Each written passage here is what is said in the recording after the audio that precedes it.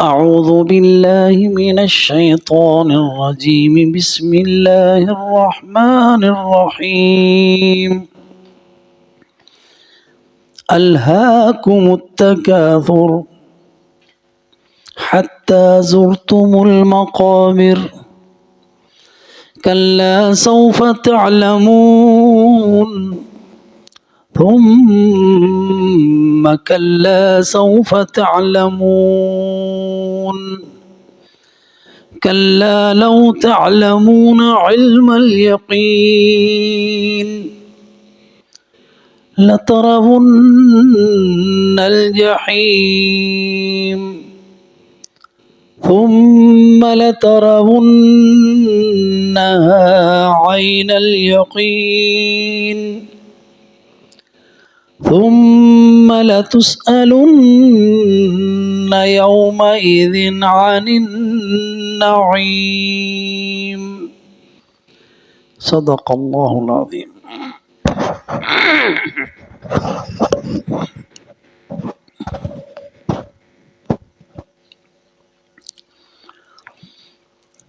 ألهاكم التكاثر. الہا یلہی لہون سے ہے. الہاکم یعنی غافل کر دیا تم کو، مشغول کر دیا تمہیں. التکاثر، التکاثر صیغہ مفاعلہ ہے تفاعل کے وزن پر، تکاثر جس میں مشارکت ہوتی ہے.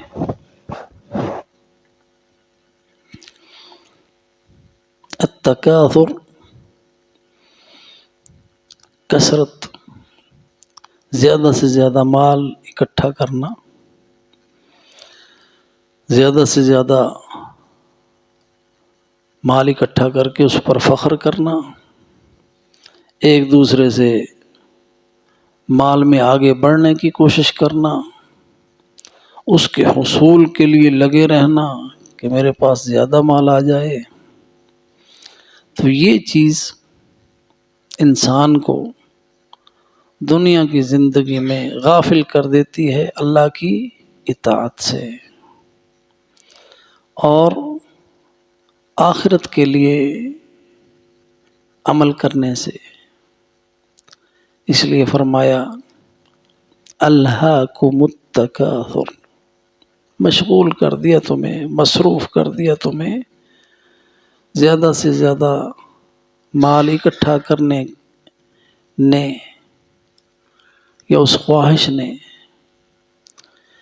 کہ جو اصل کام تھا اس سے تم مشغول ہو گئے.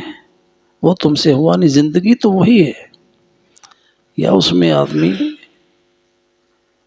نیکی کر لے، آخرت کے لیے کام کر لے، یا پھر دنیا کے لیے کر لے. لیکن جب انسان اپنی نیت آخرت کے لیے کرتا ہے تو اس کی تجارت بھی وہ غافل نہیں کرتے. جو مومن آدمی ہوتا ہے اس کو اس کی تجارت، دنیا کے اعمال جتنے بھی ہیں وہ آخرت سے مشغول نہیں کرتے. جیسا کہ اللہ سبحانہ و تعالیٰ نے مومنوں کے بارے میں بتایا رجال لا تلہیہم تجارت ولا بیع عن ذکر اللہ و اقام الصلاۃ. مومن آدمی جو ہیں ان کو مشغول نہیں کرتی ان کی تجارت.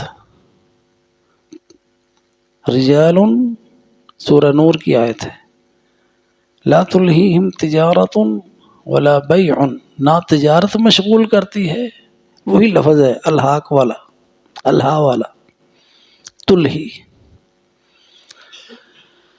نہ تجارت، رجال لا تلہیہم تجارت ولا بیع، نہ بازار کی خرید و فروخت.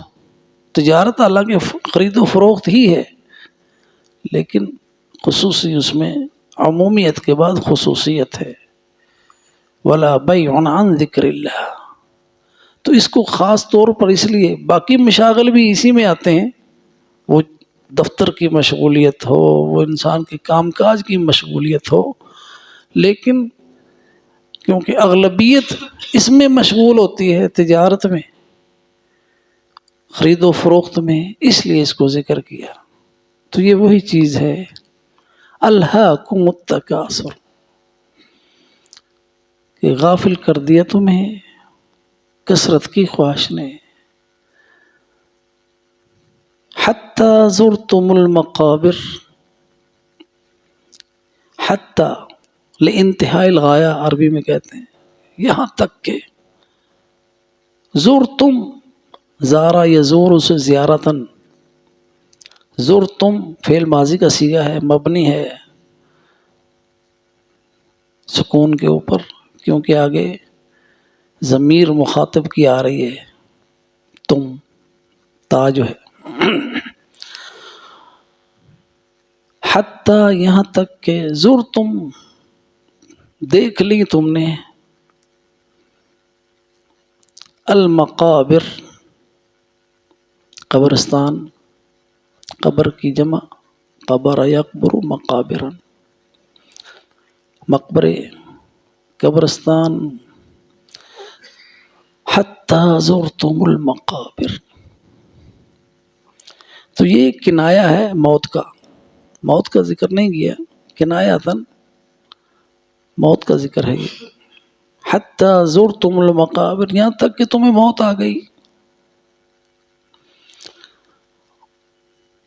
اور یہ حتی جو انتہا الغایہ ہے، اس میں یہ ہے کہ تمہاری یہی حالت رہی، تم اس مصروفیت سے نہ نکل سکے، آخرت کے لیے تمہیں کام نہ کیا، تمہاری تجارت نے ہی تمہیں مشغول رکھا، تمہیں نماز پڑھنے کی فرصت نہ ملی، تمہیں قرآن پڑھنے کی فرصت نہ ملی، تم اس تگ و دو میں لگے رہے، گدھے کی طرح ہانپتے کانپتے مال اکٹھا کرنے میں لگے رہے، یہاں تک کہ تم موت تک پہنچ گئے، موت آ گئی، قبرستان میں، قبر میں دفن ہو گئے.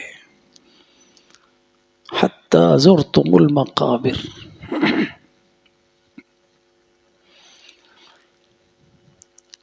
کلا، ہرگز نہیں، سوف، ان قریب، مستقبل کے لیے سوف آتا ہے. تعلمون، تم جان لو گے. یہ کلا جو ہے نا، اس کو کہتے ہیں کلمۃ الزجر والتوبیخ عربی میں، کہ اس میں ڈانٹ ہے ایسے غافل لوگوں کو، تاکہ متنبہ ہو جائیں، خبردار ہو جائیں، اس غفلت سے نکل آئیں. کلا، یہ جو کثرت کی خواہش ہے اس سے باہر نکل آئیں، اس لیے اس پر ڈانٹ ہے کہ اس میں نہ لگے رہو. کلا سوف تعلمون، تنبیہ ہے کہ یہ جو تمہاری کثرت کی خواہش ہے، اس کا انجام جلد ہی تم دیکھ لو گے. جب اس وقت جاننے کا فائدہ کیا، جب انسان کہہ رہا ہوگا ما اغنی عنی مالیہ ہلک عنی سلطانیہ، وہ میں اتنا مال اکٹھا کرتا رہا، میرا مال میرے کچھ کام ہی نہیں آیا، اس وقت جاننے کا کیا فائدہ. اب اللہ بتا رہا ہے اس غفلت سے، اس مصروفیت سے نکل کر آخرت کی کچھ فکر کر لو، کوئی توشہ اپنے ساتھ لے جاؤ. کلا سوف تعلمون، ان قریب جان لو گے قیامت کے دن کیا انجام ہونے والا ہے. جتنا زیادہ مال ہوگا اتنا ہی سخت حساب ہوگا. مال کے بارے میں 200 سوال ہیں، کہاں سے کمایا، کہاں خرچ کیا، کمایا ذریعہ کیا تھا کمائی کا، اور پھر خرچ کدھر کیا ہے. تو اس لحاظ سے جو اللہ تعالیٰ نے تھوڑے پہ رکھا ہے نا اس پہ اللہ کا شکر ادا کریں کہ غریب لوگ جنت میں امیر لوگوں سے کہیں پہلے 500 سال پہلے جنت میں چلے جائیں گے. ثم کلا سوف تعلم، تکرار ہے اس بات کی تاکید کے لیے. ثم پھر، کلا ہرگز نہیں، سوف تعلمون ان قریب تم جان لو گے.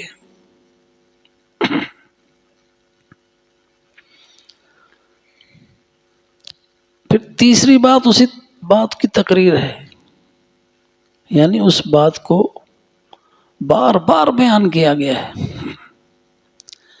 کلا لو تعلمون علم الیقین. تو انسان کی کثرت کی خواہش اللہ کے رسول صلی اللہ علیہ وسلم نے بیان کی ہے. فرمایا کتنی خواہش ہے انسان کے اندر مال اکٹھا کرنے کی. فرمایا لو کان لابن آدم وادیان من المال لابتغى ثالثا. اگر انسان کے پاس مال کی، سونے کی، چاندی کی 2 وادیاں بھری ہوئی سونے کی ہوں تو ضرور تیسری وادی کی خواہش کرے گا.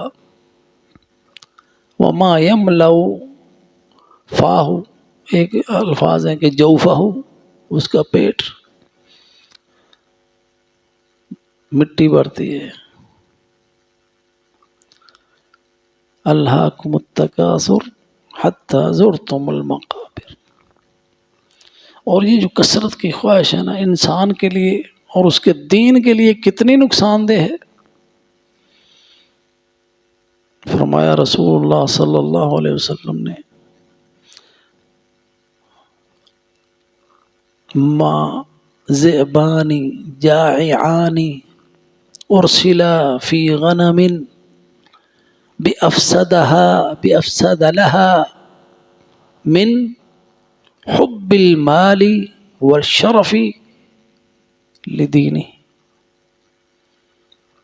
2 بھوکے بھیڑیے اتنا نقصان ریوڑ کا، بکریوں کے ریوڑ کا نہیں کرتے جتنا نقصان مال کی اور چودراہٹ کی محبت انسان کے دین کا کرتی ہے.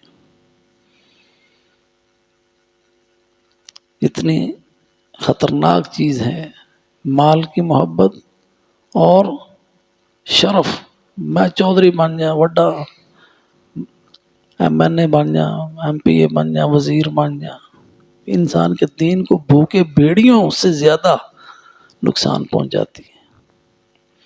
الہاکم التکاثر حتی زرتم المقابر کلا سوف تعلمون ثم کلا سوف تعلمون کلا لو تعلمون علم الیقین.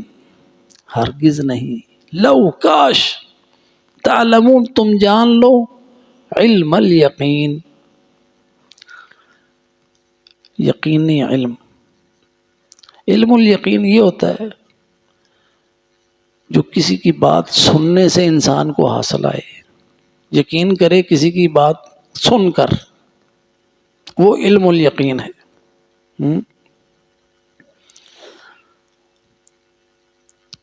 اور اس کے بعد جیسے آگے آ رہا ہے عین الیقین، وہ جب انسان کسی چیز کو دیکھے پھر یقین کرے، وہ عین الیقین ہوتا ہے.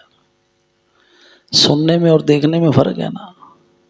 ایک چیز کسی نے سنی، یقین کر لیا، لیکن یقین کا وہ رتبہ اور مرتبہ وہ نہیں ہوگا جو دیکھ کر کسی چیز کو آ رہا ہے، وہ عین الیقین ہے. اور تیسرا رتبہ یقین کا وہ حق الیقین ہے. حق الیقین انسان کو اس وقت ہوتا ہے جب وہ اس کے ساتھ خود بیت رہی ہوتی ہے، وہ حق الیقین ہے. تو یہاں پہ فرمایا پہلا علم تو وہاں ملے گا نا جب دیکھو گے قیامت کو. ابھی علم الیقین تو سن کے آ جانا چاہیے نا. علم الیقین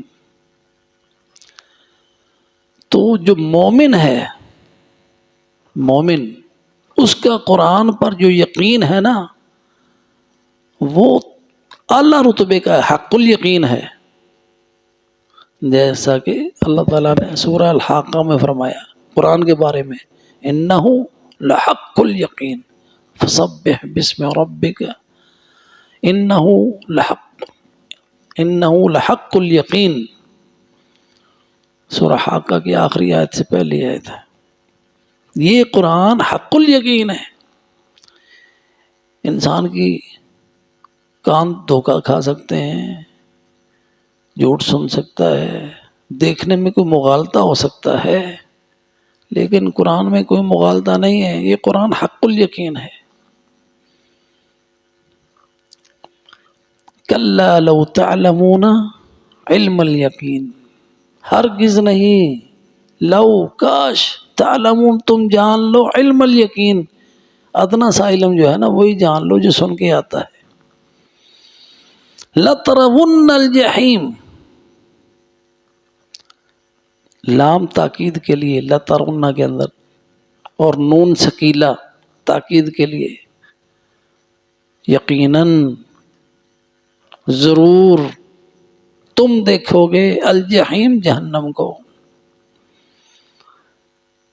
سب نے دیکھنی ہے، جہنم کو لایا جائے گا، سب دیکھیں گے، مومن بھی دیکھیں گے، کافر بھی دیکھیں گے، اللہ جہنم دکھائے گا مومنوں کو بھی، اور مومنوں کو اس لیے تاکہ وہ شکر کریں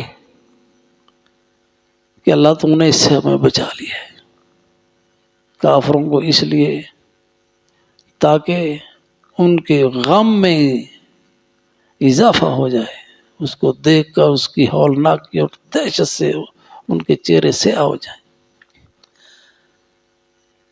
جنت میں داخلے سے پہلے جہنم سے گزرنا ہے، جو اللہ نے پل بنایا ہے، پل صراط جس کو کہتے ہیں۔ لَتَرَوُنَّ الْجَحِيمَ، اور جہنم کو لایا بھی جائے گا، جیسا کہ نبی صلی اللہ علیہ وسلم نے فرمایا 70,000 فرشتے، جہنم کی 70,000 لگامیں ہیں، اور ہر لگام کو 70,000 فرشتے نے تھاما ہوا ہے، اور پھر بھی وہ غصے سے پھٹی جا رہی ہے، ان سے بے قابو ہونے کی کوشش کر رہی ہے۔ تکاد تمیز من الغیظ، پھٹی جا رہی ہے۔ لترون الجحیم، ضرور یقیناً تم دیکھو گے جہنم، اللہ کی پناہ، جہنم کو۔ ثم، پھر، لترونہا، یقیناً تم اسے دیکھ لو گے، عین الیقین،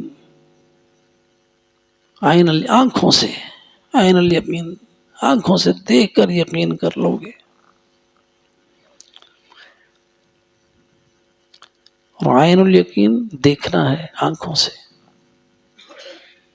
ثم لتسألن، پھر لتسألن، ضرور، یقیناً، ضرور بضرور، تاکید کے ساتھ، لام تاکید کا، نون مثقلہ تاکید کا، تمہیں ضرور پوچھا جائے گا، یومئذ، اس دن یعنی آخرت میں، عن النعیم، نعمتوں کے بارے میں، اللہ نے جو نعمتیں دی دنیا میں، صحت دی تمہیں، زندگی دی تمہیں اللہ سبحانہ و تعالی نے فراغت دی، اور جو کھانے پینے کی لذتیں تھیں تمہیں وہ دی، زبان میں ذائقہ دیا، مشروبات میں، پھلوں میں، تمہیں طرح طرح کے کھانے دیے، اور تمہیں بہترین گھر دیے رہنے کے لیے، اور اس کے علاوہ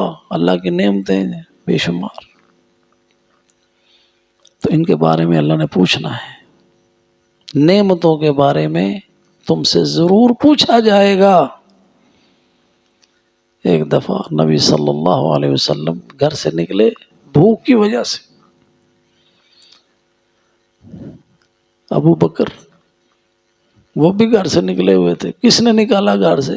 گھر میں کھانے کو کچھ نہیں، باہر نکلے حضرت عمر، تینوں عظیم شخصیات اللہ کے مقرب بندے بھوک سے نکلے، تینوں نے پوچھا کس چیز نے نکالا؟ بھوک نے۔ الحمدللہ تینوں مہمان بنے ایک انصاری صحابی کے، انہیں مہمان نوازی کی،